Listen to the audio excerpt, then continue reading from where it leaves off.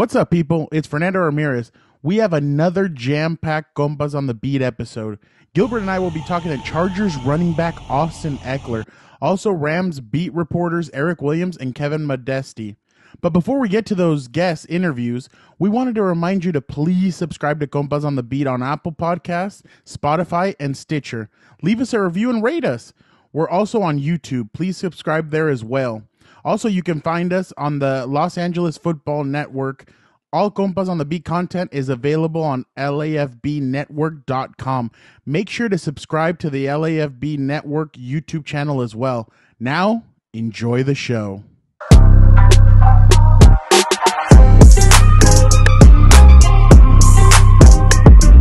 Welcome to Compas on the Beat. I am Fernando Ramirez, Chargers beat reporter for Sports Illustrated, and with me, my partner in crime, my co-host Gilbert Manzano, Chargers beat reporter for the OC Register and the LA Daily News. What's up, bro? What's up, Fernando? I'm doing well, but Fernando, I gotta say, I've been waiting an entire week to ask you a very important question. Here we go. You don't like alcohol? You don't drink beer? What's up with that? Because I'm kind of disappointed, Fernando. I've been wanting to ask you, you don't drink? No, sir. It's funny. Obviously, it said there was a post on Twitter, and what did the post say? It says you're Mexican, but you don't like this.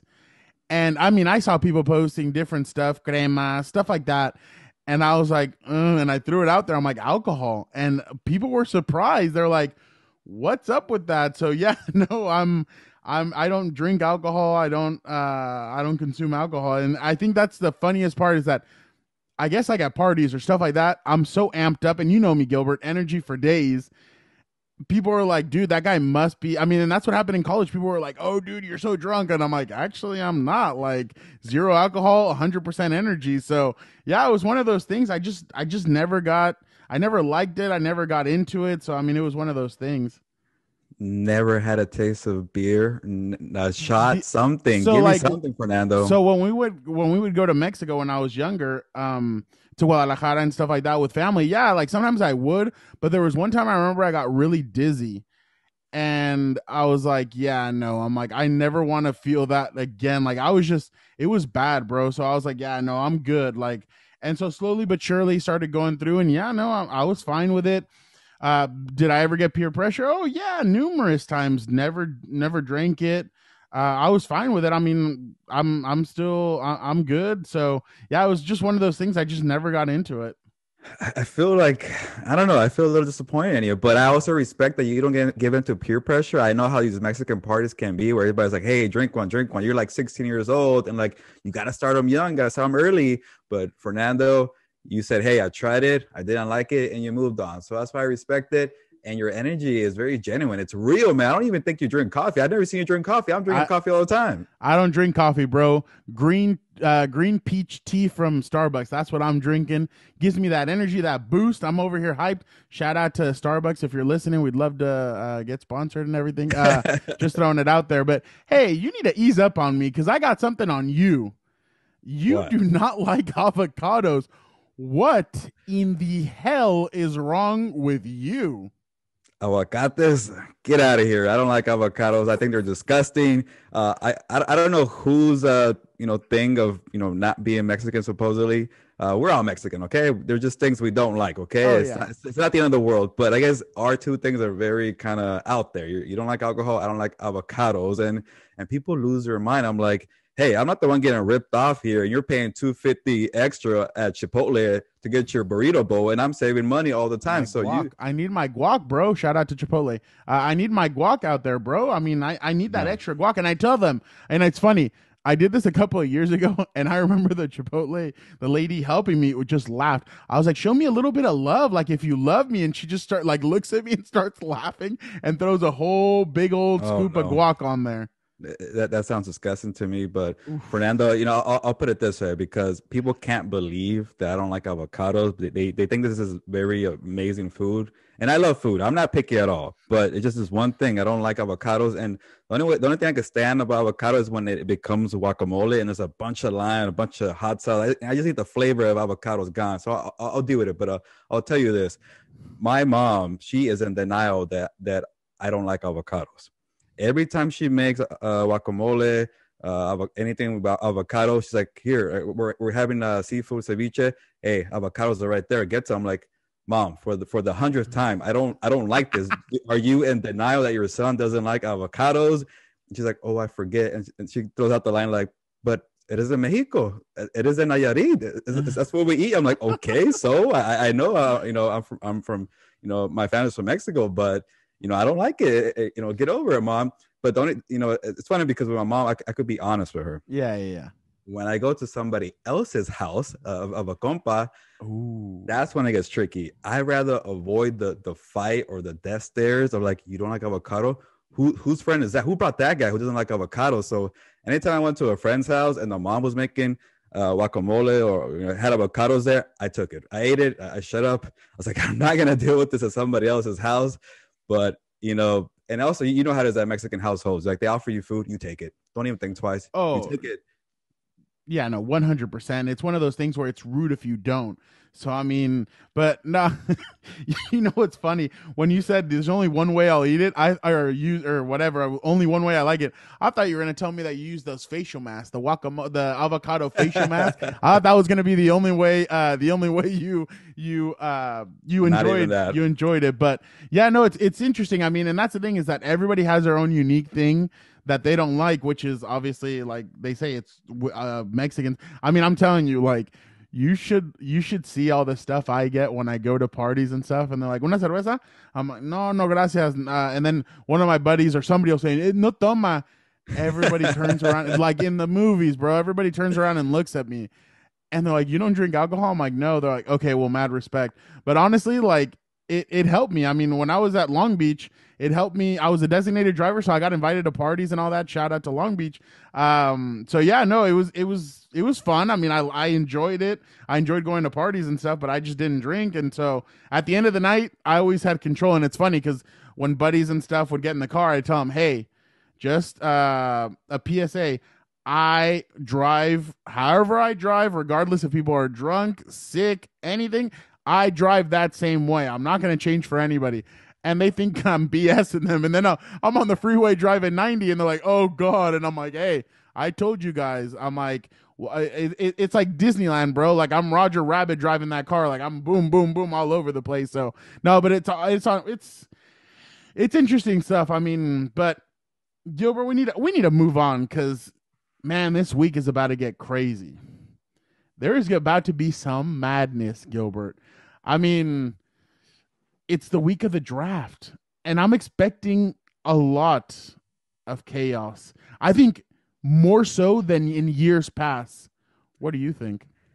Yeah, I've been thinking about this, for the past 2 weeks. I keep saying I'm done with the draft scenario. They're just, let's just, get to the draft. But you start thinking more, you can't get away from it. So, my job at the Orange County Register and the LA Daily News, they asked me to, shout out to my newspapers. They asked me to do a mock draft. I'm like, you're putting all that on me? You want me to do the mock draft? I was like, okay, I'll do it. So I did a mock draft. You can find that at the Orange County Register website. Look for it. Another shout out, plug for myself. And for the Chargers, the way I kind of did it was Rashawn Slater, Penei Sewell. These guys are really good. They're gonna go in the top 10. J.C. Horn, Patrick Surtain, top 10. So who's left? And I went Kwity Paye, and I feel like he's a good edge rusher for the Chargers, but I know a lot of fans won't like that. So now we see what Fernando faced a couple of weeks ago when we did the SI one, and I took Devonta Smith, wide receiver from Alabama. Everybody was getting on me and stuff, and I was like, first of all, there's no trades, so get that out of your head already. But I mean, there was no wiggle room. I was like, Darisaw, I don't know. Like, because to me, there's a little bit of a drop off between Slater, Sewell, and Darisaw. Like, there's a drop off. So obviously, it was just one of those things. Like, it gets hard to choose, and you're like, oh, who am I gonna take? So I decided to take him. But yeah, no, it's interesting. I mean, like I said, I put a receiver there. But Gilbert, are we sticking with our picks? I mean, are the Chargers really going to draft Devonta Smith or Kwity Paye? Let's settle this right now. No more pendejas. Let's do it, Gilbert. No more pendejadas, this final pick prediction. Because, I've been all over the place. I went, with Chris on CBS and he told me who they're going to draft. I said Michael Parsons, and people lost their minds for that. But I'm just going to stick Shout to out to you, by the way, because you I think Pop and Daniel Popper for The Athletic and Jeff Miller from the LA Times. I think they went with more secure picks that the Chargers could draft. You went out on a limb, my friend, and I love that about you. I think I'm starting to rub off on you a little bit, though. A little bit, but I'll say this. The wide receiver thing has not gotten to me because on my mock draft, Devonta Smith was available. And he's so good, but I just feel like wide receivers, they kind of grow on trees, Fernando. And I know you say they'll take them to the next level. So you know what? If let's just say this. I really like Elijah Vera Tucker from USC. If he's there, take him. But I feel like my gut feeling, I'm going to stick with my mock draft. I think Kwity Paye from Michigan is a pick because, again, if those guys are, all taken, just go to edge rusher. That is a need. That's a current need and a best available player. But then again, I'll just say this. I know I'm kind of finding a loophole out of way out of here. If you're in that scenario and you really, really want a lineman or a cornerback, just trade down. Trade down. Get somebody else. But if you're going to stick at 13, I stick with my pick, Kwity Paye from Michigan. Gilbert, I want to give you credit right now because right now, if Brandon Staley, shout out to Coach Staley, if he's listening right now, he got excited about what you said because you said edge rusher. So kudos to you, Gilbert, for saying edge rusher. Remember, Coach wants edge, not outside linebacker, not defensive end, edge. And you gave him exactly what he wanted, Gilbert. So shout out to you. Thank you. I'm gonna go different. I've been researching a lot and kind of noticing stuff. To me, Tom Telesco doesn't trade down. So that to me is already out of the he doesn't do it. And he values where he's at. I know there's gonna be a valuable player that maybe drops to him, but I'm not waiting. I'm jumping up to 7th and I'm drafting Penei Sewell if the Bengals, because everything is controlled by the Bengals. If the Bengals go receiver, and I think Miami goes Rashawn Slater, Penei Sewell will be there at 7, and I see the Chargers jumping up and grabbing him. Wow. You need to solidify that left tackle position. A couple of years ago, the Chargers did that. A.J. Smith at the time was the general manager of the Chargers in 2006, and he had Phillip Rivers already, and he decided to draft Marcus Mcneil out of Auburn with the 2nd-round draft pick. In the 1st round, I believe he went Antonio Cromartie. In the 2nd round, he went Marcus Mcneil. Marcus Mcneil ended up being an All-Pro for the Chargers. He solidified the left tackle position. The only thing is Marcus Mcneil had a couple of neck injuries, and he had to retire early. If not, he would have been the Chargers left tackle probably until 2018, 2019. The Chargers need to solidify that spot. And I'm telling you, Gilbert, when I talked to Penei Sewell or like the media did for his pro day, man, there was a twinkle in his eye when I asked him, Penei, what would it mean for you? Have you talked to the Chargers? And he legit goes, I've talked to the Chargers. There's been conversations made, and I'm like, okay. And then I'm like, what would it mean for you to play with Herbert again? He's like, blocking for Herb would be a dream come true. Man, make him and Herbert's dream come true. The Chargers need to. In my opinion, you need to go solidify that left tackle position. And I think if you don't get Rashawn Slater and you don't get Penei Sewell, I mean, they're the two guys. Fernando, let me ask you. I don't know if you mentioned it. Sorry if I missed it, but where are they trading up to get Penei? So what number? What range? 7. What are we talking Oh, about? my bad. I said 7. They're trading with Detroit. You don't think 13 to 7? It's a high steep, high jump. What's it gonna cost for the Chargers? Let me first round draft pick next year, a third this year, one of their thirds. I asked Telesco about that. Giving up a first round pick, and he's a future first round pick. He's never done it before with the Chargers. So you know what this is, right? This is an honesty show. There's a little bit of fire there. He can't think about next year. He needs to start thinking about this year and the future of his quarterback. He needs that left tackle. I know it's going to cost him a pretty penny to jump up, bro. When you have that left tackle and and remember, he's only 20 years old. Yeah. If he's blocking for Justin Herbert, and Justin and him already have a strong connection. Imagine, honestly, Eugene, Oregon to me is going to turn into a Charger city. Like, it's going to be all Chargers. You're going to see Penei Sewell or Justin Herbert jerseys out there. But honestly, the Chargers need to solidify that left tackle position. And if they got Penei Sewell and matched him up with Justin, especially with the way this offensive line has been shaped this offseason. Man, you finish that off and you're going to be solid, and you're going to have your left tackle for the next few years. I don't know. You got to ask Anthony Lynn with the Detroit Lions, the OC there to sign off on it. You think Anthony Lynn, the old friend, is going to do that? I think Anthony wouldn't. You're not in the same division. You're not in the same. Yeah. You're not in the same conference. So I mean, hey, but do I have to stick at 13? Or does my trade count? My trade counts? Yeah, it's fine. You gave up a first-round pick. Why not? Let's do it. You say they're going to get Penei Sewell. I think fans would love that. I feel like the price is too steep, so I'm keeping the Chargers at 13 and taking the best pass rusher. Yeah, no, and I mean, honestly, I think this is one of the hardest teams to predict what they're going to do. Who's number one on their draft board? I wish we would get shown that draft board one day. Maybe after the draft is over, I'd love to be able to see check it out. The draft board. But it's going to be really interesting to see what they do this week. But let's talk about last year's first-round draft pick, Gilbert. Justin Herbert. Yeah, Fernando, I got to say, we finally met Justin Herbert in person, the rookie of the year, the number 6 overall pick for the Chargers in 2020. We've never gotten to meet the guy in person, all via Zoom. We finally met him in person for the SoFi Stadium Chargers season ticket members open house on Saturday or last weekend. And we spoke to him. The beat reporters spoke to Justin Herbert. And Fernando, as soon as we got into the locker room, the Chargers locker room, which was nice. This is my first time being down in the tunnel and seeing the locker room and all that at SoFi Stadium. So that open house was pretty cool. But as soon as I walked into the locker room, I started looking up. I'm like, who is this tall dude? I'm like, oh, that's Justin Herbert. So I thought that was pretty cool to talk to him in person for a change.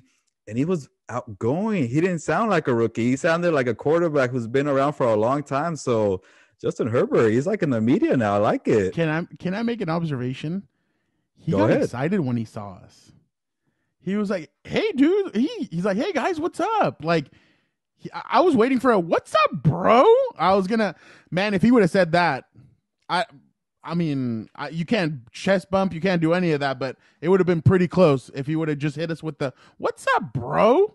Or a compa. Or Compas. Yeah, exactly. Hopefully one day we can get Justin on because that'd be a lot of fun. But we're looking into the future, but it was pretty cool. I mean, I honestly thought it was cool to meet Justin. We talked to him, talked about his golf game. I think he got a kick out of it when I asked him what his handicap was, and he's like, I'm not very good. And then he impressed me when he said he thinks Keenan Allen's good, and I'm like, and Popper said it, Keenan's good at everything, basically. Keenan Allen, obviously, like, he's good at singing. He's good at the piano, golf, I guess, apparently. I mean, video games. There you go. It's just a little bit of everything, but I was impressed by him. I thought he was a cool guy. We got, like you said, I mean, it's different from Zoom. So it was pretty cool to be able to meet him and talk to him for a little bit. I mean, we only got 10 minutes with him, but I came away pretty impressed. Yeah, I did too. And also with the head coach, Brandon Staley, we spoke to him in person and me and his family and his adorable kids and his wife. So that was pretty cool. So I think overall Saturday was a good opportunity for us beat writers to meet people in person for a change, because 2020, man, changed everything. And it was cool to get back out there and see Charger fans out there. There was fans out there, and there was a long line to get into this open house with SoFi Stadium. It was cool to see how excited fans were to finally see their seats in person.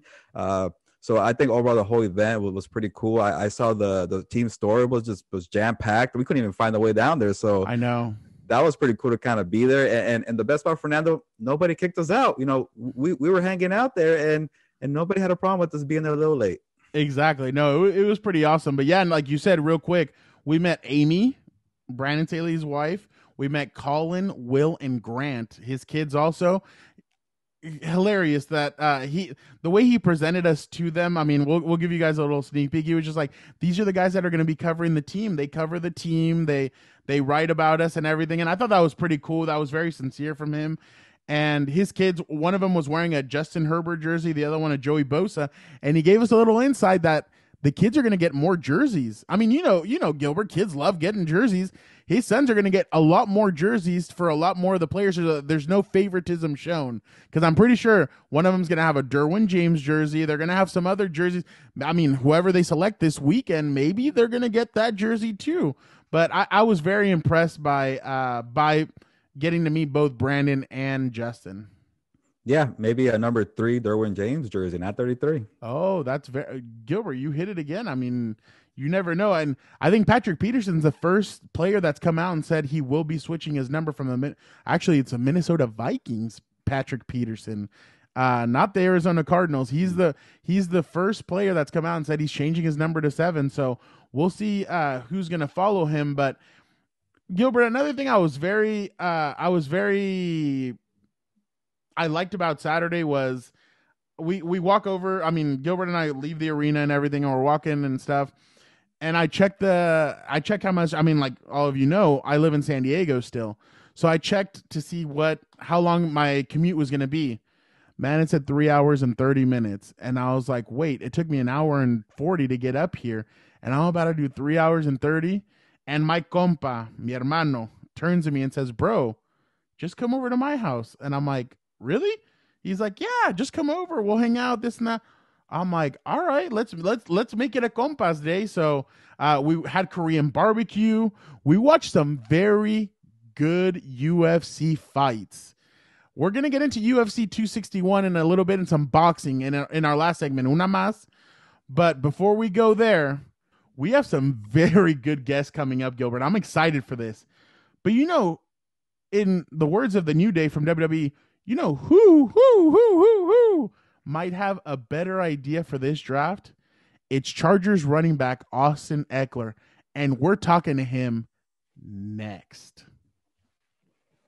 Ladies and gentlemen, I am so excited for this next guest. Officially the first professional athlete on Compas on the Beat. That officially goes to Chargers running back Austin Ekeler. Austin, how are you feeling today? Hey, I'm feeling good, man. Feeling good. Thanks for the intro. Appreciate the honor of being the first professional athlete on your guys' podcast. So looking forward to it.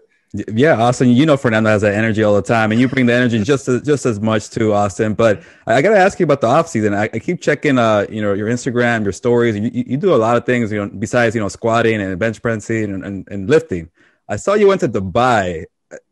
How was that like? I saw some desert pictures. How cool was that? Yeah. So Dubai, it was very just interesting as far as like what they've done on the desert. It's incredible as far as the infrastructure and everything they built there. But it was definitely during a time where COVID's still present, so it was pretty empty, right? So just the atmosphere around there, it was different. Like I was asking the guy I was with there, he's been there for a year now. He's like, yeah, back before COVID, it was like shoulder to shoulder, which made more sense because I'm like, how could you support all these buildings with like this little of people here? But obviously they built a city on the desert, so a lot of tourism travels through there, and so it's kind of put a hinder on the tourism there. But it was kind of nice for us because we were just free range. We were able to go and pretty much experience everything out there. But yeah, we're riding some camels, got in a hot air balloon over the desert. We're hanging out in the rooftop pools and bars, and then went to the Burj Khalifa, which is the massive building. We're like 158 floors. So it was definitely an experience that was very unique. And I think that's what Dubai's trying to do out there, right? They're trying to create that experience that people want to come and see the city built on the desert, the Mirage, as it's called. Is it kind of just part of like, hey, you want to explore the world, learn new things, and kind of bring it over to your business aspects and stuff like that? So for that was based off of basically like business. So I met a guy through the gym. Now he's the vice president of UFC and over in Dubai. And I just had a connection through him. He's like, hey man, you got to come out here. And so I would have even gone to Dubai if it weren't for him. So it was basically just a pure connection. Like I'd like to travel, but I think I would, after traveling like that, I would always want to have somewhere I could like stay that's someone's a local, just because it's just that comfortability. They know, where to go. They can show you around. It was very nice and very convenient, but who knows? I'm just still young. So I got a lot of traveling I want to do in my day. The gym brings people together. That's right. And brings business. Austin, you're doing a lot of things with your Twitch. You have a special NFL draft live stream event featuring 32 players, athletes, influencers representing each NFL team. You're hosting it with ESPN's Jordan Schultz. Can you tell us a little bit more about that? Yeah, so Gridiron Gaming Group, kind of the backbone of what Gridiron Gaming Group is just a way for athletes to really bridge the gap through the community. One way we do that is through media. Well, why not make our own media is basically what I was saying. And so a lot of people are already on Twitch. And so we have reached out to athletes that are on Twitch. For instance, we have Connor Daly. He's a IndyCar driver. We have Tommy Canely. He's a pitcher for the Dodgers. Alicia Gray. She's a WWA player. And whereas basically I'm trying to help these people that are already in the streaming world or people that are coming into the streaming world really just perfect and take advantage of the opportunity that they have to connect with their community. And so we do that by doing these bigger events. We did one for the Super Bowl. Now we're doing one for the draft. So when you watch the draft, usually it's a like technical analysis of like the players picked and who they think is going to be picked. And so I was like, let's do like a less technical, let's do a little more social play off of the same kind of idea. And so that's exactly what we're going to be doing on Gridiron Gaming Group on my Twitch during the first round. We're going to have, like you said, someone representing every single team. And they're going to come on and just basically talk about what's going on in their life, talk about who they think they should pick, talk about their foundation. It's basically a plug event. They can talk about anything they have going on, and then we'll talk about the pick as well at the end. But for instance, like we have like different players. Like, so we have some soccer players like Allie Long. We have Rachel Lindsay, who's a big Cowboys fan. She was a bachelorette. And so we just have a lot of different people in different spaces coming to represent the social event, which makes it a little bit of a different experience. And I'm excited to host it. It's going to be very official. Twitch is on board with it. So it's going to be something that I'm looking forward to trying to do every single year. Are we doing suit and tie? Are we doing No, it's casual. It's casual. Okay. Definitely going casual, right? Which you mentioned a lot of, Bachelorette, WNBA players, Team USA soccer, women's soccer, Melvin Gordon, Derek Watt. Who's someone that you're excited to talk to, and maybe you haven't met them or anything? Who's somebody that excites you about the guest lineup that you have? I think Raheem Mozart. All right. Mozart, I forgot how to say his last name, something like that, Mozart. But I was talking to him when we were, introducing the idea to him, and he reminds me a lot of myself, but he's a little older than me. But just as far as what he has going on, he's also a father, but he has a lot of involvements outside of football. And so I think that's the thing I'm looking forward to most, is just seeing what other people have going on. Tyreek Hill, I'm interested to see what he's going on. Maybe give me some pointers on how to, run as fast as he can. But just seeing what the guys are doing, really. Like, that's what I'm really excited about. Like, sure, like the draft's like the play that we're going off of, but I think the value of the content is going to be able to hear and see what these people have going on besides their big sport and, what they're doing off the field. Austin, it kind of sounds like you're going to be like this draft expert, analysis kind of guy. Can we get a preview? Who are the Chargers taking at number 13? See that, bro, I have no idea, man. I've watched zero college football. I've kept up with who we're trying to on the radar. None of that. Who we're bringing in for workouts. I don't even care. What I care about is give me a guy with a good head on his shoulders that's ready to work hard. Who's not a hothead and thinks everything's about him. Is ready to come in and work and try to win games for us. That's what I want. And Austin, you mentioned Raheem. I think he went undrafted and he went to the Super Bowl with the 49ers. So you guys kind of have a similar background with yourself being undrafted as well. But kind of take us back to your draft night. And how was that? Like, were you kind of expecting to get drafted, or you kind of already knew going in that you're going to be undrafted? You're going to have to, work your way up and go through the harder path. Right. I think coming out of college, I was like hoping to get drafted. I thought it was a long shot. And my agent let me know, it was like, hey, if NFL teams think they can not waste a draft pick on you, then they're going to try to get you in free agency. And it's like, I'm a Division II player from a small school. It's like, there might be a guy from a bigger school that people might snag because of the name on his school. Maybe not necessarily they think he's better than you, but they might think someone else is going to draft him. So they might take him with that like 7th round pick, which is where I thought I was going to go if I was going to get drafted. But now as I'm getting older, looking back, I'm actually glad that I was not drafted, because I got to choose and I got to pick kind of my path. And I wanted to be on the Chargers or on Green Bay Packers. That's because that was probably the best, what I thought was going to be the best opportunity for me to make the team. And then the Chargers called about halfway through the 7th round and like, hey, if he doesn't get picked up in these last few picks, then we'll take him. And boom, then there I was like, yeah, let's do it, man. And from then on, I was like, yeah, I'm becoming a Charger. And then everyone was going crazy, That was my draft day. Rocking the guitar, the guitar celebration. That was before the guitar Wow. celebration. Yeah. Yeah. The guitar celebration came after my first touchdown. Like I scored my first touchdown and I was like screaming and just flexing as loud as I could and hard as I could. And I was just like, I got to have something. And then I just made like a staple. I was like, I'm going to do something. I'm going to stick with it. It's going to be me. So like when people are like, oh, you play for the Chargers? Like, oh yeah, I watch the Chargers. Like, who are you? I'm like, oh, the guitar guy. And they're like, oh, you're Ekeler? Yeah. I was like, yeah. So they have that connection, you know? Austin, you know what makes me laugh about that is that people always ask you, whether it's media, fans, anything, what is that follow-up question that they ask you after your celebration? Do you play the guitar? Yeah, I've always found that as the funniest one. Does that kind of get to you, or are you kind of like whatever's about it? Oh man, I mean, for me, it doesn't matter. Like, even if I did play the guitar, like they might think that's cool or something like that. But I mean, it's not going to add any value.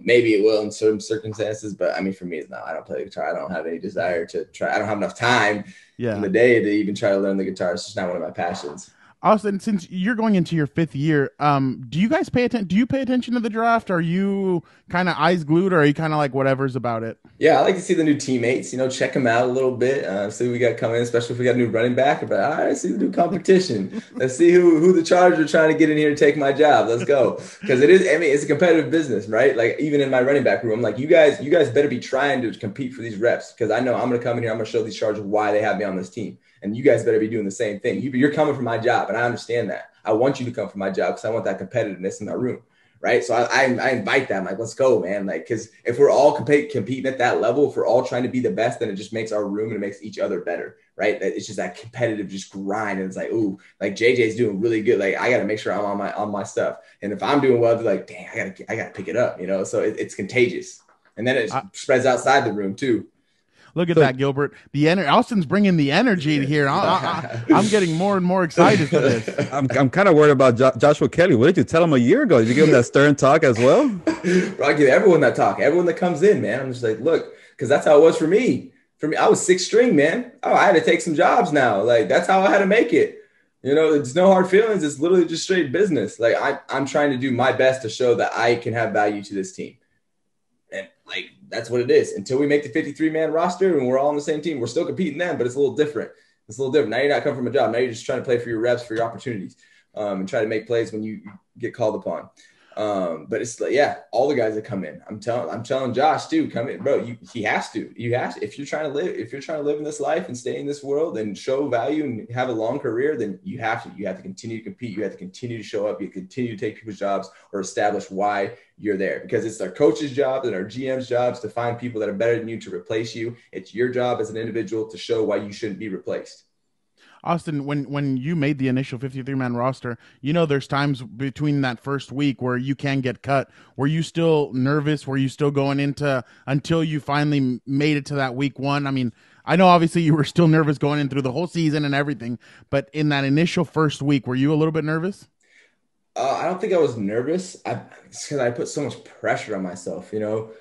There's definitely like the anticipation, like, hey, what is the decision going to make, right? That coaches are going to make the GM. But it's like, I put so much pressure and I did as much as I physically and mentally could do that I wasn't nervous. I was like, whatever happens, I'm okay with, because look, I gave everything I can. So if I don't make this team, I'll probably make somewhere else. If I don't make any of these teams, it's like, that's because my genetics and my physical makeup is not allowing me to play at this level. Because I literally did everything I could. I dropped out of school, I practiced and just went pro day and did all the mental stuff, studied as much as I could. I put everything aside, and football was my highest priority. And then that's how I got into the league, and that's how I established myself, and then I've continued to grow off of that. No, and you earned that contract in last season when the Chargers, obviously you're a star player for them, and they rewarded you with a nice contract. But talk a little bit about last season, and this is the first time that you actually had to miss a lengthy time with a hamstring injury. Were you close to 100% when you came back, or can you take us a little bit back through the injury and how tough that was? Yeah, man, before the injury, man, I feel like I was rolling, man. I was like, I had like 150 yards a game for the first like 3 games, bro. I was rolling. I was like, let's go, man. I'm finally getting the whole spotlight, passes, running, everything. You know, the goal line situation is a different story. They took me out every time we got inside of 10. But just going into that, and then I got injured, right? And I come back, and it's like the injury that I had, I was out for 2 months, right? 8 weeks of not running. and just hamstring recovery stuff and a bunch of upper body and ab workouts. Right. So, but regardless, I'm not running for 8 weeks straight during the NFL season. And then I come back. I come back not because I'm back in shape, but because my hamstring can go full speed now. And at that time, my full speed had diminished and my condition had diminished so much. I was not 100. I was 100% at that time, but my 100% at the beginning of the season, when I came back from injury, was a lot different. Right. Like my preparation coming into the beginning of the season had me at my peak of just physical, fitness. And then I came back and I was probably like 80% of what that was at the beginning of the season. And so I see myself, like when I watch my play, it's just, I look like a different guy. Like I remember a run against the Raiders where I broke out to the side and I'm trying to run as fast as I can. There's no one in front of me. And I just get hopped down from the corner or from the safety across the field. It's just like, I felt so slow, like just because I just lost so much strength from not being able to like squat, run, and do all the practices and then just maintain my lower body.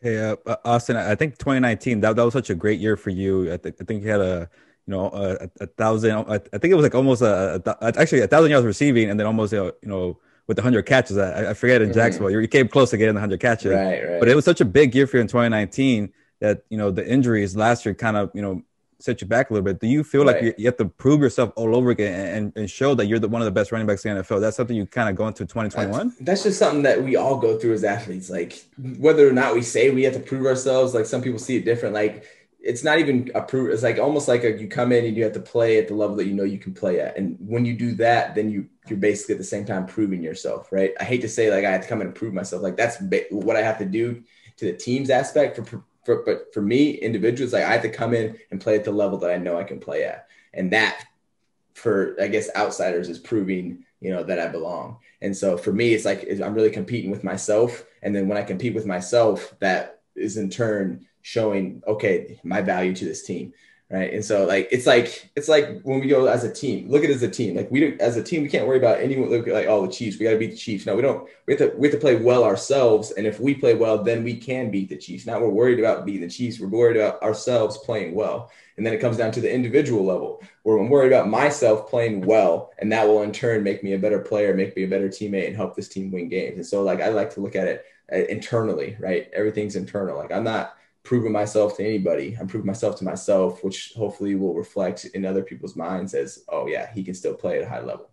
Austin, we spoke to Tom Telesco today. I mean, but obviously before the draft and everything, he said that you guys, I have a little insight for you. You ready for this? What you got? He said you guys will not be drafting a quarterback in the first round. Are you okay with that? Hey, here's the thing, man. We got a quarterback. We got a quarterback, but if we drafted one because we want some competition or they like some guy, so bring it on, man. Let's go. That's what this thing's about, bro. I don't care who we draft. Bring him in. Bring in all the best players you think you got because that's great. That's great. We need that atmosphere, right? How are we going to get better? Well, it's competing with ourselves and putting ourselves in situations where your pressure's on. You got to go out and perform because when you get out there on Sunday, that's what it is. It's pressure's on. Go perform. And we need to find the guys that can do that. So regardless, if we bring a quarterback, like Herbert's a great quarterback. Man, rookie of the year last year. It was probably the best rookie season any quarterback's ever had, right? And so he's got to do it again, though, right? So how's he going to do that? He's got to compete. He's got to go out there and compete. It's internally. It's with himself. He knows he can do it. Now he's showing himself. Now go out there and let's bump the bar up even more. Beat that guy that you were last year. Gilbert, there's two guys with energy here, and there's one guy that seems like he's asleep. Need you to wake up, Gilbert. There's a lot of energy. Come on, Gilbert. Let's go. Come on. All right. I'm gonna ask you a tough question, Austin. You got a new head coach and Brandon Staley. You got a new lineman as well, Corey Linsley. You got Ode Abushi. You got Matt Filer. You really revamped this offense, and the defense has Joey Bosa still, and Derwin James comes back. Are you guys going to go for it? Are you going to beat the Chiefs finally in the division? What's going to happen in 2021? Hey, man, I can't tell you what's going to happen, bro. We got a lot of work we got to put in, man. Shoot, we got to learn each other's names first before we even think about getting on the field, right? Like, we just got a whole new face of the Chargers, right? And so we got to build the chemistry with the team. I'm not even worried about games right now. I don't even know any of our pass plays, right? We got a new offensive coordinator. And so it's like we got to learn each other. We got to learn our identity, what our message is. And so we can put something on the field that's going to be, competitive, especially in our division with the Chiefs and the Raiders and the Broncos, right? Like we got a tough division, mainly the Chiefs that have been rolling with Mahomes in the past few years. But yeah, we just got to make sure we can put something competitive on the field. And that starts with us. Like I said, it's all internal, man. I'm not even worried about other people. I'm worried about, do we know each other? Do we have a mission? Are we working together? And are we actually just building off of that mission that we're saying we're going to, or are we just saying it? And so that's what I think is for us. I think that's why we made changes, because we needed to switch the chemistry up, right? We were a good team. It's like, oh, same old Chargers. What does that mean? Well, the same old Chargers to me now that I've been here for a few years is like, oh, we come out hot, we're winning games. Now all of a sudden we lose in the fourth quarter, and then we go 7-9 on the season, right? Like, oh, we lost so many close games. Like, same old Chargers. Like, that's BS now, right? Like, we have a whole new coaching staff, whole new vibe, whole new energy around the Chargers. Like, we have a new stadium, so I need fans to be coming in and really just bringing the energy, because we have an opportunity to set the culture in the stadium that we've not had before, because we have never had any fans in SoFi Stadium. So if we come in, I'm talking fans here, if fans come in talking like, oh, let's just see what happens, let's see if it's the same old Chargers, then guess what? You're going to have the same culture that you've had in the past. But if you come in with high energy, expecting things like, hey, let me not just come in and see what happens. Let me come in, cheer as loud as I can, and try to help this team win. Then guess what? You're going to be a part of the culture that we're trying to make, because if you're doing that, you're going to give all of us players another reason to go out there and want to win games. And that's to get into the community, and that's to help you guys get into us and just create this winning culture around LA, right? Because regardless if we're winning or losing, it doesn't take any skill or take any talent to go out there and cheer loud and want your team to win. So if you're coming to the stadium, make sure you're freaking high energy. Make sure you're cheering for us. Let's go. Because look, we need that. We're in LA. Let's make this a great culture, and let's do it. Man, love the passion. I'm getting hyped right here. Austin, the things that we've heard about Brandon Staley is that he's a player's coach, likable guy, everything. Jalen Ramsey spoke incredibly about him. What are some of your first impressions of Brandon? See, it's different. It's different because when I think of players coach, like Coach Lynn was a players coach for sure, but they have different just ways of what they mean by that. Like Coach Staley's big on relationships. Like, he wants to get to know me, like get to know me as a person, right? He gets to know everybody. He only has a limited amount of time, but it matters to him. So he takes some time out of that and just like shares words of wisdom with us, and wants to get to know. I love that, because if I'm going to respect what you're saying in your message, I'm going to respect it a lot more if I understand you and you understand me, like as far as like what's beyond football, right? Because this is life. Life's much bigger than football. Football is this big, and we're humans, right? So we all have some type of similar like connectivity between each other socially. It's not only football, right? When I get in the facility, it's just because it's a Charger facility doesn't mean I'm only a football player. I'm still a human. And I love how he takes that to the next level. He's just connecting with us. He called me literally when, like a few days after he was hired, just to say what's up, see how it's going, talk to me about just his principles, talk to me about what I'm thinking, just about life. Now, we didn't even talk about football. And so that was really special for me to hear. And that fires me up, man. 'Cause I'm like, this guy freaking cares about people. Like, that's what it's about, man. It's about people, right? And that, like, to work as a team, like, you don't have to have the best players, man. But if you have the great relationships and you care about each other, like, people work so much harder and so much better together. Right? You don't have to be the most talented team, right? Not the most talented team doesn't win every time, right? All you have to do is have Tom Brady on your team, then you win every time. But no, just play it. But no, just for me. And then it creates a deeper passion that we have for the game and just we have for each other. Like, the chemistry is just so big, it becomes like, there's only one team that wins the Super Bowl every year, right? So like, odds are we're not going to win, but that, to me, that doesn't even matter. To me, what matters is, hey, am I producing? Am I having a good time with this team? Are we being productive? And are we winning football games, or at least trying to work towards something that we're saying we're trying to work towards? And so it's that progression, and it's that building in the community. It's just the atmosphere that I want to see develop. And Brandon Staley, I think, is going to be a great coach to have, especially out here in LA, because he's all about it. Brandon, my bad. Austin, just real quick, you've done a lot with your foundation. Can you just talk about some of the stuff that you have coming up with them? I know you've said community a lot of times right now that we've talked to you on the podcast. You're all about that. Can you just talk a little bit more about your foundation and what you guys have planned? Yeah, absolutely. It's just when I talk to my community, like the 4 things I always talk about is mental health, physical health, social life, and motivations. And so if I talk about those, I also want to provide things that help you develop skills in these areas. And so that's what the Austin Ekeler Foundation is trying to do, is trying to help provide resources in just areas that are maybe lacking resources, so that people can just experience more. Because the more you experience, the more you learn about yourself, the more you know if you like something or don't like something, and then you can change your path, or at least learn about yourself, right? Which is really important. And so that's what the Austin Ekeler Foundation is trying to do. So far, I've built a gym that's actually being built right now for a school in Santa Barbara, where they have like 2,200 students. Very nice area, but as far as like the equipment, the funding is very low because everything has to be donated there. And so they have like 12 sports at the school, and they have like 1.5 gyms. And so they were just deprived. They don't have enough gyms. Like they don't have enough gym time, so people can't work out all the time. And so I was like, no, we gotta get that fixed. And so boom, put a gym in there. It's just like, for me, the gym was such a pivotal part of my just growing up, just because that's where I learned hard work. That's where I learned mental discipline. It became part of my lifestyle, which helped me be a better athlete. And then I just learned things that are transferable skills into the future. And so that's what I'm trying to help, to provide opportunities for people to go and take advantage. And that's why I like to provide an entire resource, because it's not saying, oh, go do this and learn these skills. It's like, go use this, and maybe it'll affect your life in some type of way. Maybe it won't, but that's for you at least to have the option to go do that. Austin, honestly, we appreciate the time. Gilbert, you got anything else for our energy man here? No, I just love what you're doing in the community, Austin. You're doing big things, and as you know, us being beat reporters covering the Chargers, we really appreciate how outgoing you are and how you kind of embrace the media. So we really thank you for that. Heck yeah. I'll say one thing on this, like media, like you guys are a tool if we use you as a tool, right? And you guys use us as like your product, right? We use us for a story. We use you to get our story out. So like, that's why I respect media. Like people that don't like media is probably because they got something controversial to say, or they, had a bad experience with media. And so I appreciate you guys for always treating me well, and it's reciprocated. We appreciate it, Austin. Ladies and gentlemen, he rocks the guitar when he's at SoFi Stadium in the end zone. He does one-arm pull-ups on social media, and he's trying to make the community a better place. Chargers running back, Austin Ekeler. Austin, thank you so much. Yeah, thanks, guys. Thanks for having me. Folks, I'm excited for our next two guests. I'm introducing Eric Williams, Rams beat reporter for Sports Illustrated, and Kevin Modesti, Rams beat reporter for the Southern California News Group. Kevin is Gilbert's coworker with the OC Register, and obviously Eric is mine. How are you guys doing today? Hey, I'm doing great, Fernando. Thanks for having me. Looking forward to the draft on Thursday, and seeing where these players go. And again, thanks for having me on. Yeah, same here.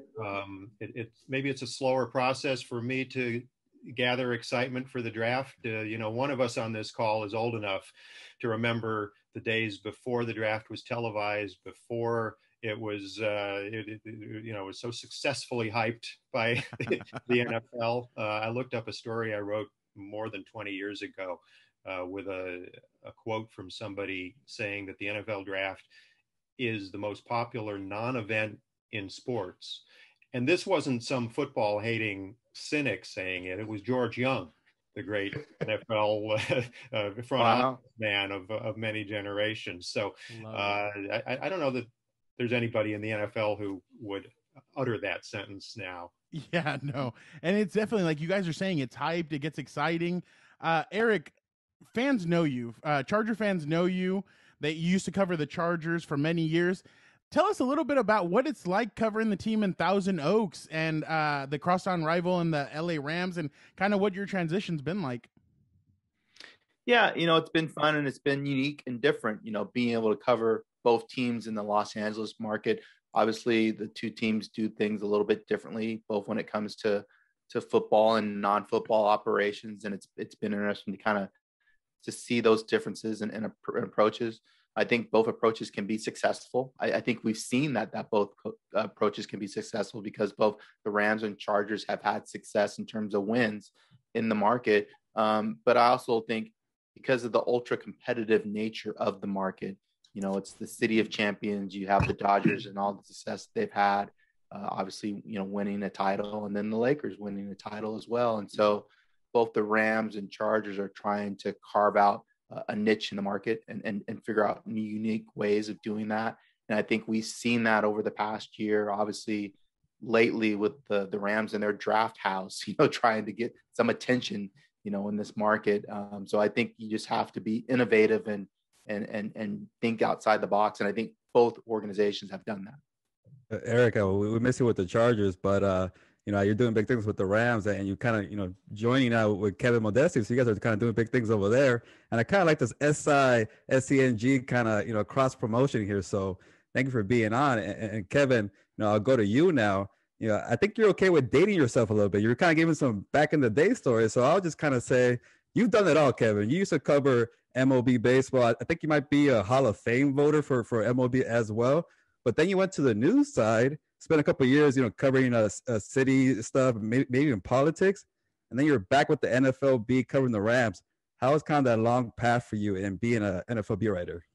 One of those versatile guys from UCLA. I'm the Demetric Felton of the, of the local beat. Well, it's been fascinating to get back to sports, which is something I wanted after about 10 years of being away, covering politics in various ways. Nothing against covering politics. It's fascinating. But I felt like sports writing was kind of in my blood, and I wanted to do it again before either I or the newspaper and before one, so the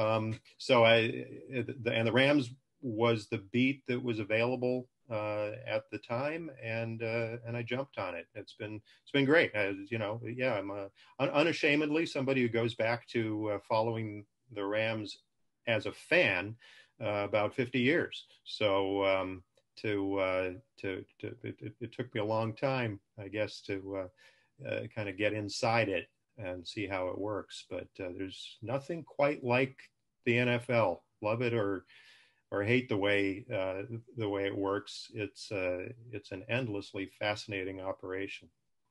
Before we jump and talk about Rams, we have to ask both of you, and Kevin, I'll start with you. The Chargers' new head coach is Brandon Staley. You guys covered him with the Rams. He was defensive coordinator. What should Charger fans expect, and what are they getting from Brandon Staley as their new head coach? Well, when it became evident that the Rams were exceeding expectations last season, I wrote a story proposing 6 reasons for it, and number 1 was Brandon Staley and the way he built that defense, obviously around Aaron Donald and Jalen Ramsey, but using the versatility of other guys, getting the most out of Leonard Floyd and the secondary. I can't say I wasn't surprised that he moved up to a head coaching job quite this fast, but I certainly wasn't surprised if he interviewed really well, whatever teams he talked with, because I was always impressed with his communication skills, especially his ability to find a Lakers analogy for any situation to explain a player's role or value. Eric? Just to co-sign on what Kevin is saying, he certainly has a commanding presence.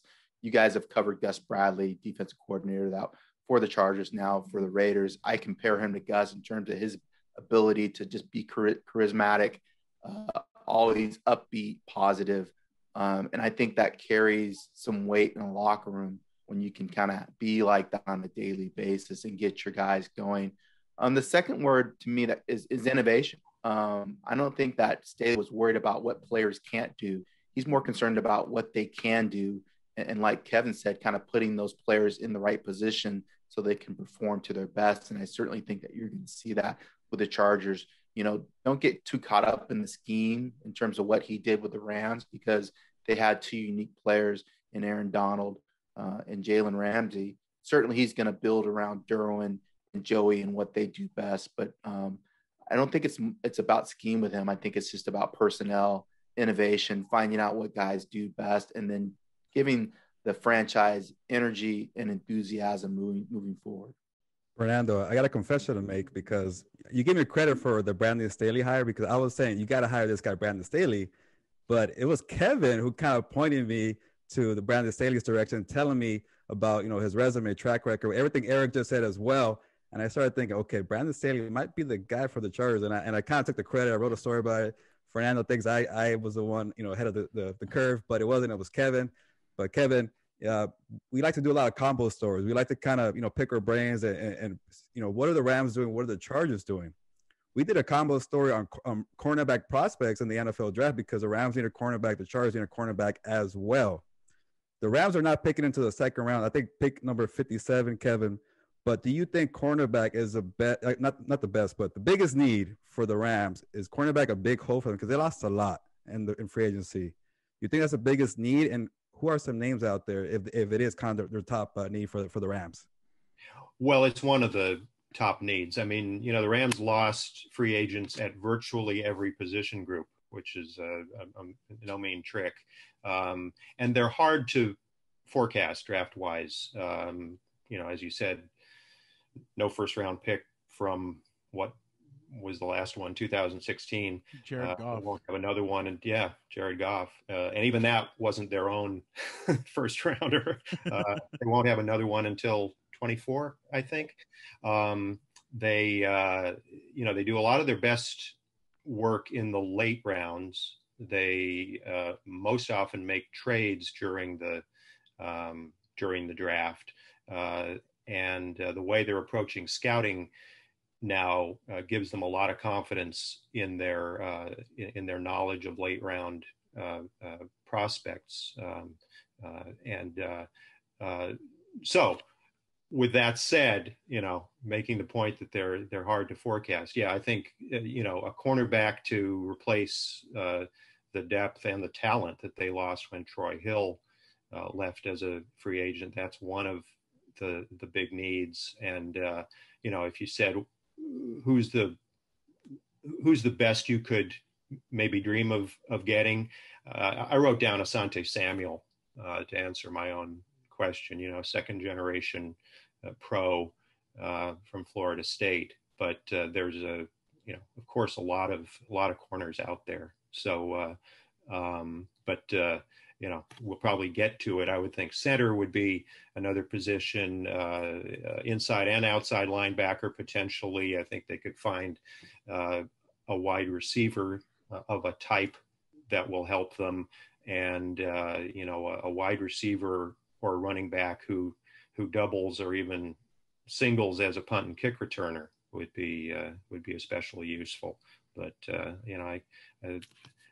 I could see them doing something at almost every position, limited by the fact that they only have 6 picks at this point. Eric, doubling down on what Kevin said, you wrote an article today on SI Rams about the center position. Do you feel like that's one of the most important spots that they need to single? I mean, we saw it with the Chargers when Mike Pouncey went down. The Chargers had a huge need for that. Do you feel like it's kind of the same thing with the Rams? They need a good center moving forward. Yeah, I mean, I agree with a lot of what Kevin said. I do think they have needs at a lot of different positions, which is interesting because a lot of people believe that this roster has enough talent to win a Super Bowl, and yet they have all these needs to fill going into the draft. But for me, it starts at center. When you lose a guy like Austin Blythe, that was kind of their anchor of that offensive line, and they let him go for the amount of money that he made. I mean, 1 year, $990,000 guaranteed. So that tells me that they were ready to move on from Austin Blythe, and they either felt they had an answer on the roster in Brandon Allen or other guys potentially, or they liked the draft enough to go ahead and say, hey, we can get our center of the future in this year's draft, which has a deep pool of talent at the center position. Obviously, Drew Dahlman makes a lot of sense because they have Kevin Carberry as their offensive line coach, who coached at Stanford, coached Drew Dahlman, knows him well. Drew Dahlman has been playing in the zone scheme since high school. And his dad, Chris Dahlman, was an offensive line coach for the Atlanta Falcons, and actually coached under a guy named Gibbs, who is the guy that's considered the godfather of the zone running game. So he has a long lineage of playing in that scheme. And oh, by the way, the Rams run the zone running scheme. So he could seem like he could come in and hit the ground running as a guy that they could draft in the second or third round.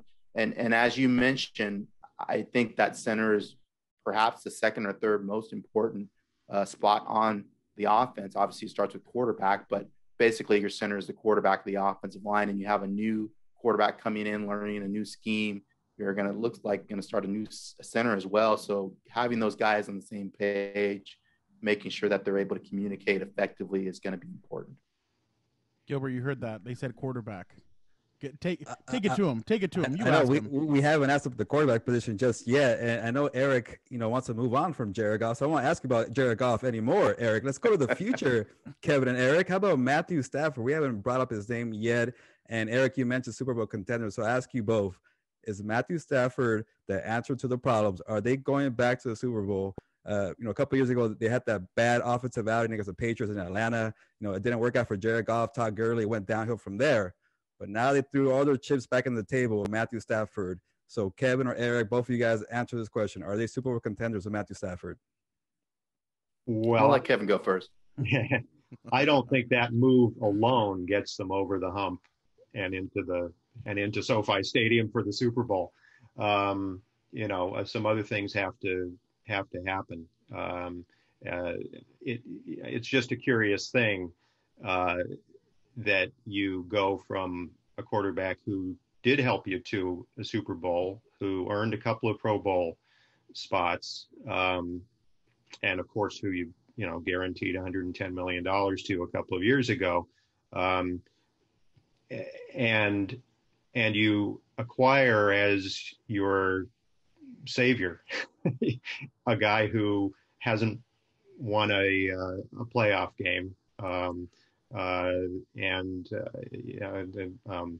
Rams executive the other day was talking about how decorated he is, presumably meaning he's won lots of honors and awards. He's a one-time Pro Bowler, right? Now, no doubt he will have more weapons with the LA Rams than he did with the Detroit Lions and a better chance to win. But it's a test of the Rams' ability to perceive that, right? That's what a draft is about, and that's what acquisitions are about, is assessing talent and projecting what it can do in a different circumstance, your circumstance. So we'll see. Yeah, no doubt. You're not only everything that you mentioned, Kevin, but this guy's 33 years old. The guy that you got rid of is 27. So he's actually 6 years older than the guy that was limiting your offense. You can't deny the arm talent of Matthew Stafford. He throws the ball over the place. He's a little bit better mover physically than Jared was. But there's an immense amount of pressure on Matthew Stafford and Sean McVay, who is really the person that dictated this thing getting done, to win. And not just win, but win a Super Bowl. That's why they made the move. Is he believed that Jared had a limit in terms of his ceiling, in terms of where he could lead this team and what they could do on offense, and that Stafford's ceiling was higher, and that he would be more effective in this offense. And so we'll see. I agree with Kevin. We've mentioned all the needs that they have in this roster. It's not just Matthew Stafford. They need more playmakers on offense. They have to acknowledge that. They need somebody that can stretch the field. This team finished in the bottom third and plays of 20 more yards, plays of 40 more yards, and average play per game. That wasn't just Jared. That was a lot of other stuff as well, including the play call, who has to perform better on game days. So it's a lot of things that need to add up for this team to be where they want to be, which is hosting the Super Bowl at SoFi in 2022. And I'm interested to see what it looks like, starting when training camp starts in July or August. Before we let you guys go, we've learned a lot today. I have to ask you guys something, and Gilbert, I'm bringing something out of left field because I love going at Eric a little bit. I love having fun with him, but a little bit. Exactly. I'm off the hook. No, you're gonna answer this too. No one's off the hook. Tuesday, you guys are doing something very fun. You guys are going on a special field trip to Malibu to go check out where the Rams are going to draft. That's all the flash and everything. That's a flash that you guys get to go to. Number one, how excited are you for it? And two, Eric, this is for you. Did you even know who Rebel Wilson was before today when they released that? I have watched movies in the 21st century, so yeah, I knew Rebel Wilson.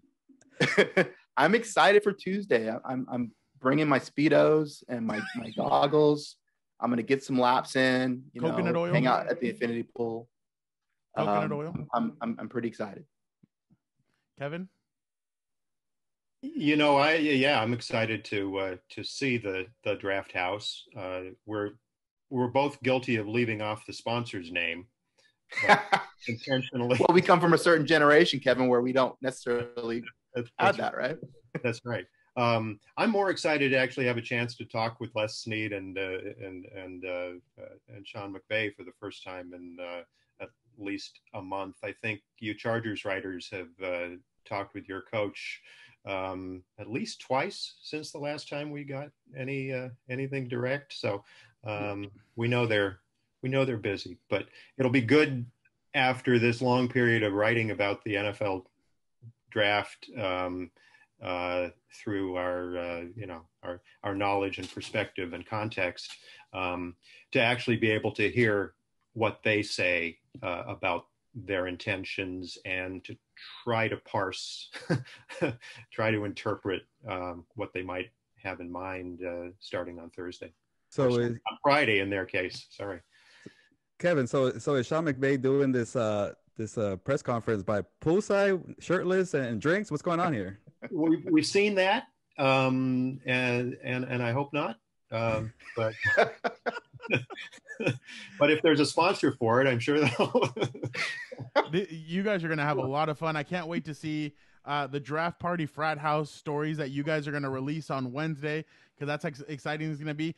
Make sure everybody follow both Kevin and Eric's work. It's great work. They're two veterans in this league who I've learned a lot from Eric, and I know Gilbert's learned a lot from Kevin. So we're truly grateful for both of you for helping us out through our journeys.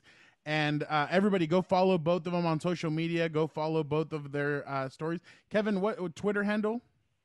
Oh, it's at Kevin Modesti. Last name is Modesti. And then Eric? At Eric_D_Williams. Sorry, I have to make it hard, but there's a lot of Eric Williams out there. So Eric_D_Williams. There's only one in our heart, though. It's Eric D. Williams. So we appreciate you guys for joining us. And everybody stay tuned. We have a little bit more before we go. Welcome back, everybody, to our favorite segment called Una Más, presented by Garrison Brothers Whiskey. Gilbert, you drink some bourbon? You like that whiskey? I love myself whiskey, Fernando, and now that I think about it, I wish I had some whiskey when you came to my house to watch some UFC fights. Well, honestly, Garrison is one of the Garrison Brothers whiskey is some of the best stuff you'll ever have. It's obviously from Texas, but it has that little kick to it. So to me, there's no place that you can go other than Garrison Brothers whiskey. Man, I love, and like I said, like I don't drink alcohol, but the way this bottle looks and everything, I'm going to have to get my brother Daniel some, because I know he likes him some little whiskey, and then I'm going to have to get you a bottle. So there you go. That's two to add on that list. Garrison Brothers whiskey is some top-notch stuff, and I'm going to need to get some for you guys. I can't wait to drink it. For me, I like it on the rocks. People like it kind of neat, but for me, just give me an ice cube and some whiskey. I'm cool for the whole night. Can't wait for that gift. Speaking of rocks, man, this weekend, UFC 261. Like I mentioned previously, my compa over here invited me to watch it at his place. Man, that was some crazy stuff.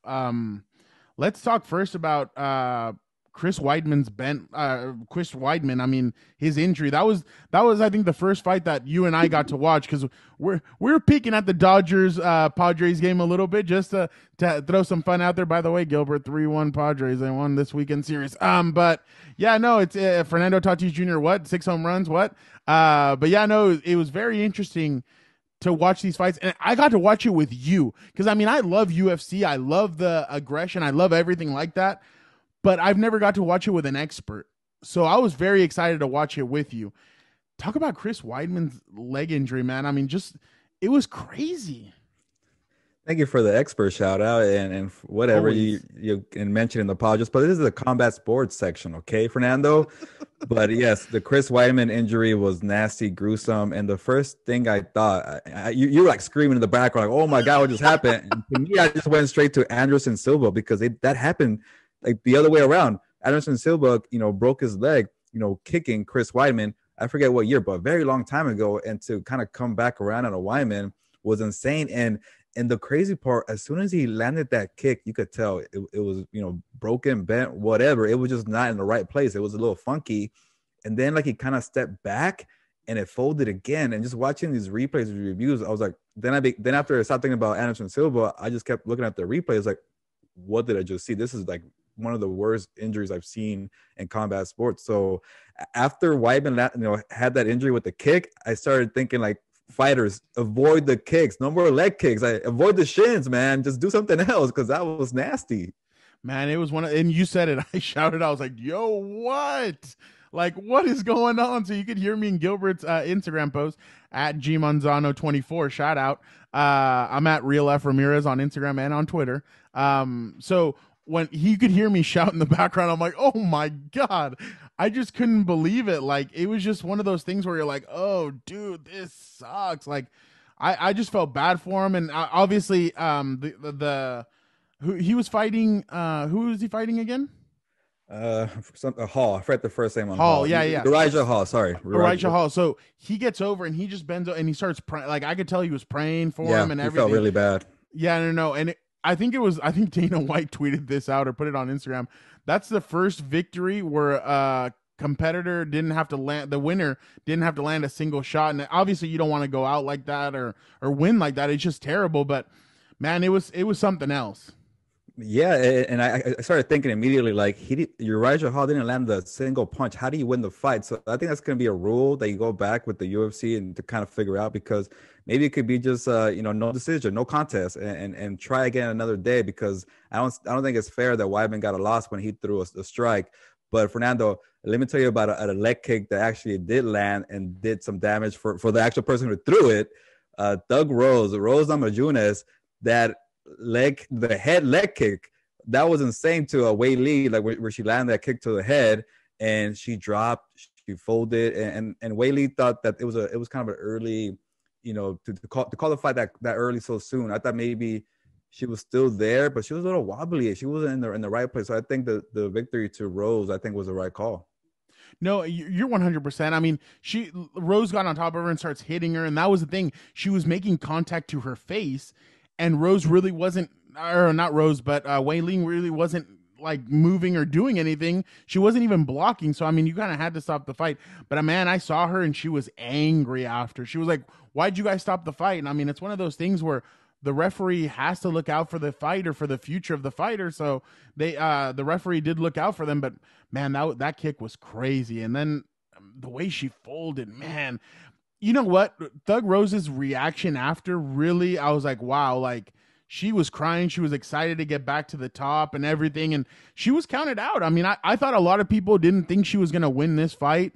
And I was like, wow, like this, like for her to win and be on top, it was just awesome to see. And I was very happy for her because she is one of the best right now in UFC. Yeah, because a lot of people counter her out, but then I'm thinking Rose beat Joanna twice, and Wei Li beat Joanna too. But Wei Li needed like 5, gruesome rounds to beat Joanna. You didn't remember that fight where she had the big chupete and the forehead, and it was sticking out like a zombie. But credit to Rose, she's a real deal. But I know there was some controversy, with the stoppage, but there was no controversy in the main event. Usman against Jorge Masvidal. What a strike. What a knockout, Fernando. You know what? I thought that one might go the distance because I remember like when we were talking pre-fight before it, we had talked to her, and obviously you saw it. Last time Masvidal only had 6 days to drop the weight. Man, I saw that video of him. I saw him and he just looked like he was out of it, just complete. He reminded me of Canelo versus Julio Cesar Chavez Jr. It looked like Chavez Jr. had done so much to drop all that weight. It looked the same as Masvidal. Masvidal was able to go the distance with Usman, and here he just wasn't able to. It was a pretty good fight at the beginning. I mean, they were just going back and forth, back and forth. I remember Usman gets Masvidal on the ground, and I'm like, oh, is this going to happen? And Masvidal's able to get up and everything. Trash talks him a little bit, and then he gets hit. But it was just a good knockout. They said something on the broadcast after, and I'm really questioning, can anybody really beat Usman? And I'm like, after what I've been seeing from him, I don't think there's any. And there was a certain individual who tweeted out something, Conor McGregor. if I'm Connor, I stay away from Usman 100%. This dude is vicious. This dude is hungry, and I just don't think. I mean, I don't know what your thoughts are, but I just think Usman right now is 100% the king of his division. Yeah, Conor McGregor right now is not on Usman's level. Maybe 3 years ago he was, but we just saw him lose to Dustin Poirier. That's why we're doing the trilogy, because he got embarrassed, got knocked out, and we've seen McGregor lose against Khabib. We've seen him lose against Nate Diaz. Usman doesn't lose. I know he has one loss on his record, but he has a lengthy, long losing streak. He's on the top of his game. So, hey, that fight would do well because it's Conor McGregor, and Usman needs to get paid because, he's been dominating people. So I would still love to see the fight, but I would throw all my money on Usman. I would not like to see this fight. It reminds me a lot of Rocky Rocky Balboa versus Clubber Lang. There's no way like the first one. I don't know if Conor can ever get back to like Rocky at one point, thanks to Apollo Creed, gets back to being Rocky Balboa, the hungry fighter. After all the money Conor's made, I don't know if he can get back to that level. It'll be interesting to see. I mean, I like Conor. I like the bravado which he approaches it. I love the walk. I'm all for that. I mean, Fernando Tatis Jr. threw that out last night. I'm just saying, or on Sunday night threw out the little walk, but we get it. But I'm just giving you stuff. I mean, it's just friendly banter back and forth. But I love the little Vince McMahon walk. I love Conor. I love everything that he does. But I just don't. I think it's going to be very difficult for him to get back to that hungry fighter. But don't go looking for trouble with Usman. I mean, that guy is he's too vicious. He's honestly the best for a reason. Yeah, and I'm glad you mentioned Conor and trying to come back and get to the top of the game and how much money he's made, because I want to shift over to boxing. I love boxing maybe a little more than UFC. I grew up as a big boxing fan, and there's a big fight this Saturday with Andy Ruiz. His comeback fight. And Andy Ruiz has not fought since he lost to Anthony Joshua in the rematch in Dubai about 2 years ago, and he's coming back to fight Chris Arreola, a veteran in the game, a heavyweight who's kind of seen it all. So to see how Andy Ruiz, who's looking very skinny, and I spoke to Andy Ruiz for a story on the Orange County Register. Look out for that later this week. He told me he weighs 255 pounds.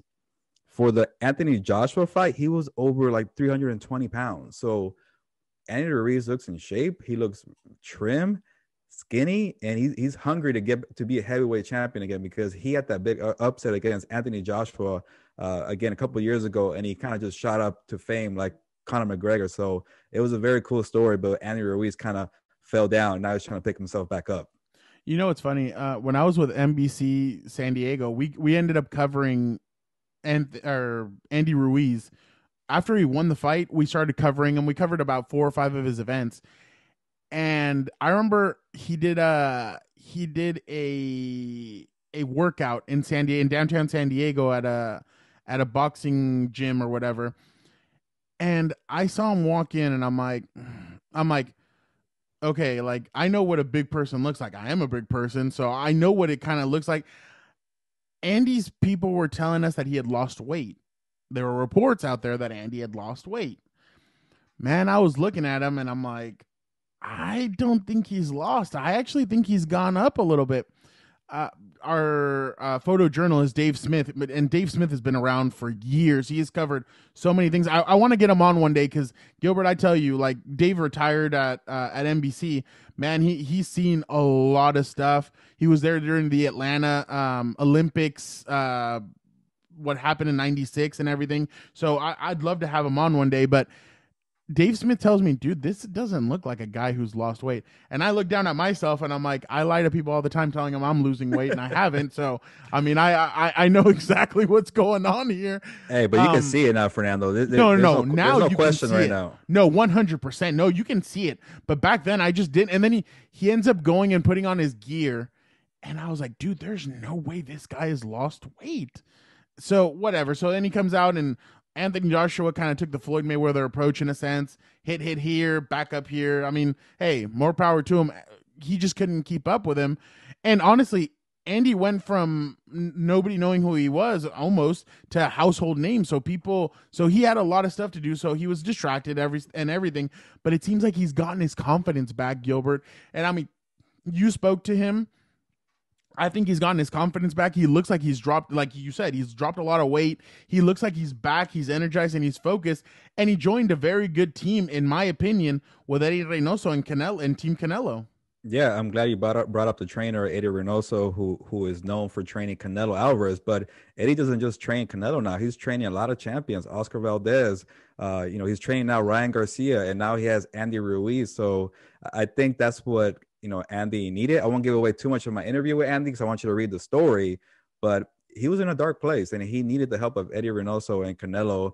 And I spoke to Eddie Reynoso as well.